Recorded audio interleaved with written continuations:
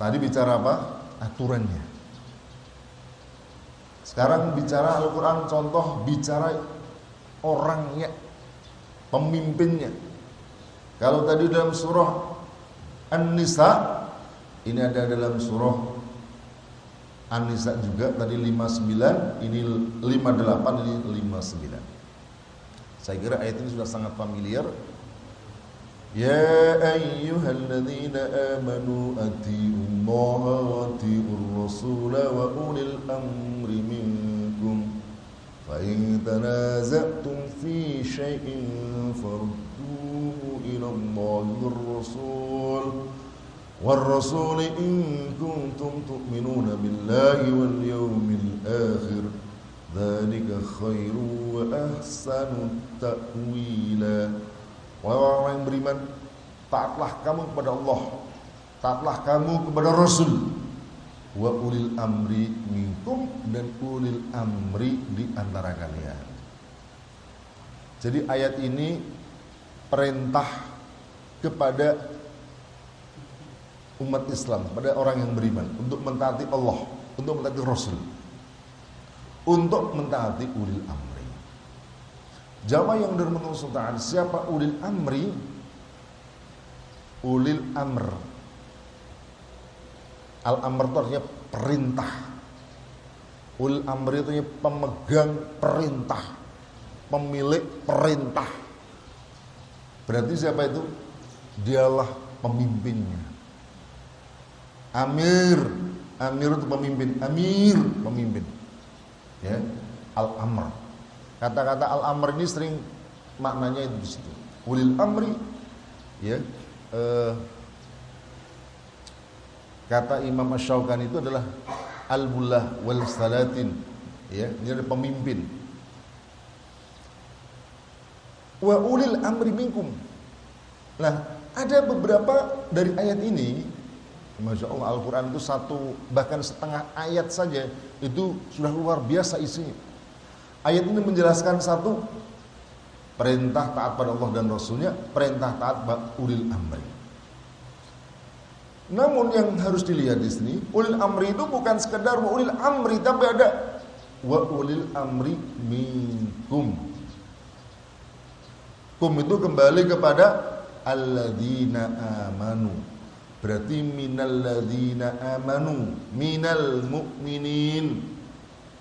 Oleh karena itu para ulama berdasarkan penggalan ayat ini saja itu mengatakan bahwa ulil amri yang diperintahkan untuk ditaati adalah ulil amri yang mukmin.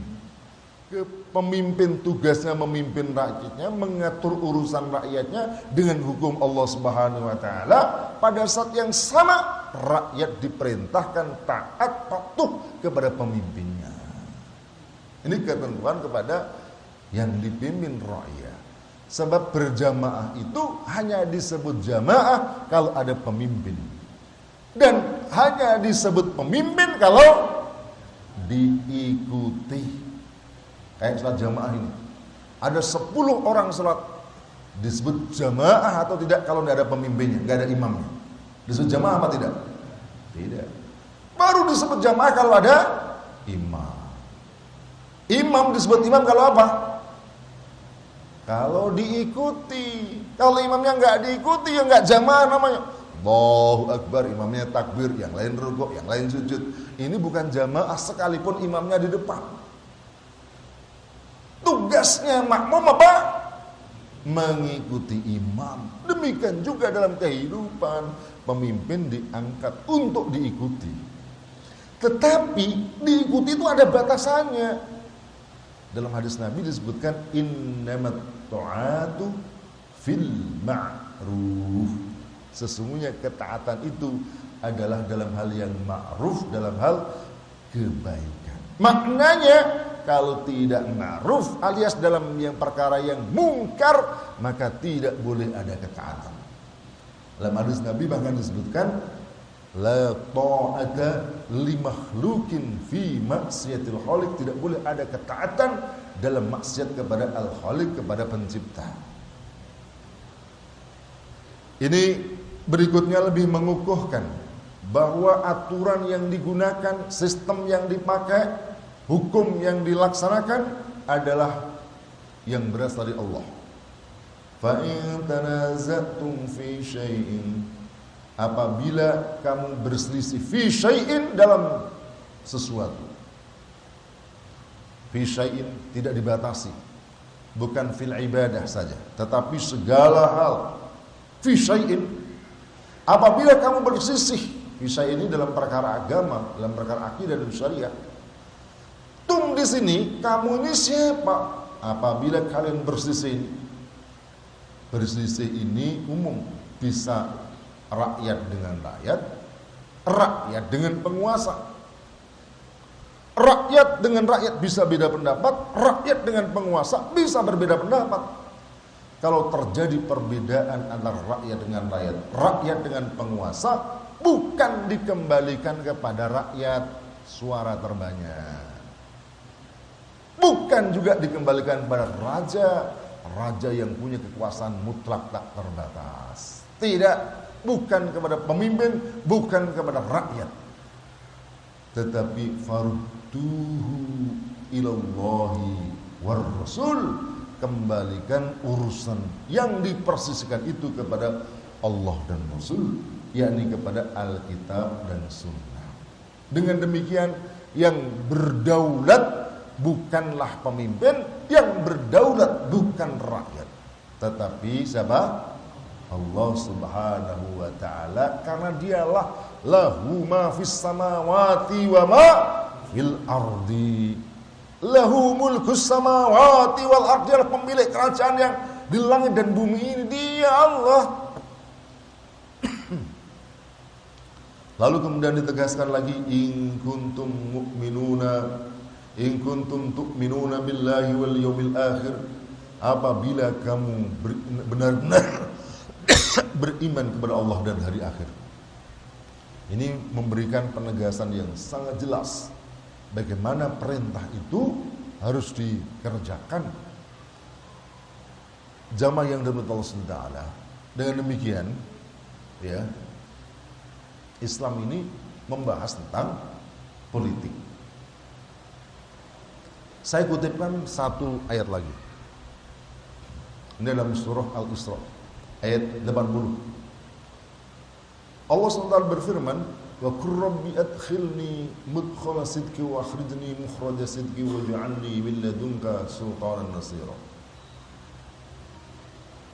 Katakanlah, Tuhanku, wahai Tuhanku, adkhilni mudkhala sidqi, masukkanlah kami ke dalam tempat masuk yang benar. Wa akhrijni mukhraja sidqi, dan keluarkanlah aku ke dalam tempat keluar yang benar. Waj'alni min ladunka sultanan nasira, dan jadikan untukku dari sisimu kekuasaan yang menolong. Jadi Allah itu memerintahkan kepada Rasulullah untuk minta kepada Allah. Minta apa? Minta kekuasaan, sultanan. Sebab Quran tadi itu tidak bisa dijalankan tanpa kekuasaan. Jadi yang bisa melakukan itu semua ini yang kita sama itu saya baru bisa ngomong. Jadi kalau ada orang mengatakan ngomong tok nggak dikerjakan, ya nggak bisa dikerjakan. Kalau ingin dikerjakan ya harus jadi pemimpin, baru bisa dikerjakan, gitu. Nah, makanya Al-Quran ini mengajari Rasulullah untuk meminta kepada Allah sultan, bukan sekedar kekuasaan, tetapi sultanan nasiran. Ada penjelasan yang menarik dalam tafsir Ibnu Katsir, saya kutipkan. Wa qala Qatadah berkata tentang ayat ini, anna Nabiy sallallahu alaihi wasallam alima an la taqata lahu bihadzal amr. Jadi sesungguhnya Nabi SAW mengetahui tidak ada kekuatan bagi beliau dalam urusan ini illa bisultan, kecuali dengan kekuasaan. Jadi jangankan manusia biasa, Nabi pun tidak punya kekuatan untuk menjalankan agama ini secara kafah. Illa bisultan, kecuali dengan kekuasaan. Fasa'ala, maka Nabi meminta sultanan nasiron, meminta kekuasaan yang menolong. Menolong apa? Nasiron li kitabillah, menolong kitabullah. wali hududillah, hudud Allah, wali faraidillah, fardu Allah, wali iqamati dinillah, dan untuk menegakkan agama Allah. Fa inna sultana rahmatun, sesungguhnya sultan kekuasaan itulah rahmah minallahi, dari Allah SWT. Jadi kekuasaan itu bukan kotor, rahmah dari Allah SWT. Minallah ja'alahu baina adhuri ibadihi, yang Allah jadikan di tengah-tengah manusia. Walaula dzalika, andai tidak ada kekuasaan yang menolong tersebut, la aghara ba'dhum ala ba'din, sebagian orang akan mendolimi sebagian yang lain. Fa akala syadiduhum dha'ifahum, maka orang yang kuat akan memakan orang yang lemah.